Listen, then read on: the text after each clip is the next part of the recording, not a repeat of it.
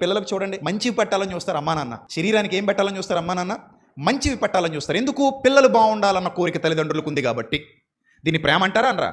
నాయన నాయన ఇంట్లోవే తినరా, బయట ఫుడ్ తినకరా, ఇంట్లోవే తినరా, నీకు నాతో నా నా నా చేతులతో ప్రేమగా చేసి పెడుతున్నాను రా. మొన్న ఎవరో అబ్బాయి అడిగాడట, చిచ్చి చిచ్చి ఇడ్లీ అంటే మమ్మీ ఇంత నల్లగా ఉంది దరిద్రం అన్నాడట. అప్పుడు వాళ్ళ అమ్మందట, అరే నాయన తెల్లని ఇడ్లీలో ఏముండదురా నాయన, నల్లని ఇడ్లీలోనే బలం ఎక్కువ ఉంటుందిరా నాయన. ఇది మనం అనవసరంగా గేదెలకి వేసేస్తున్నాం మినపప్పు అంతా కూడా తొక్క తీసేసి, తొక్కపప్పు మంచిదిరా అని చెప్పి పెట్టిందట. చిచ్చి చిచ్చి పెసరటేంటి ఇంత పచ్చగా ఉందంటే, అరే నాయన ఇదే మంచిదిరా, ఇదే మంచిది, ఆ తొక్క తీసేస్తే గేదెలకి వేసేస్తే వాటికి బలం వెళ్ళిపోతుంది, మనమేమో ఒట్టి గడ్డి తింటున్నాం అందట.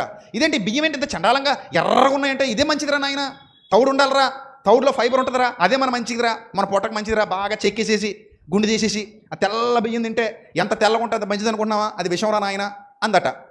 అంటే ఇప్పుడు తల్లి ప్రేమ ఏంటి? బిడ్డకి ఏది కావాలో అది తెలుసుకొని పెడుతుంది. దీన్ని మీరు ప్రేమ అనుకుంటే, ఇన్ ద సేమ్ సెన్స్ దేవుడు కూడా తన పిల్లలకు ఏది పెట్టాలో తెలుసుకొని పెడుతున్నాడు. అది కూడా దేవుడి దృష్టిలో ప్రేమే. అది కూడా దేవుడి దృష్టిలో ఏంటి?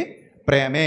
అదే నిన్ను ప్రేమిస్తున్నాడు ఆయన. నిన్ను ప్రేమించి నీకు చక్కటాహారం పెట్టి వాక్య జ్ఞానము చేత నిన్ను బలపరిచి, వాక్య జ్ఞానము చేత నిన్ను సంస్కరించి, వాక్య జ్ఞానము చేత నిన్ను అలంకరించి, నువ్వు తప్పిపోకుండా గట్టిగా నిలబడి నిత్య జీవం వరకు నువ్వు వెళ్ళాలన్నది ఆయన బలమైన కోరిక.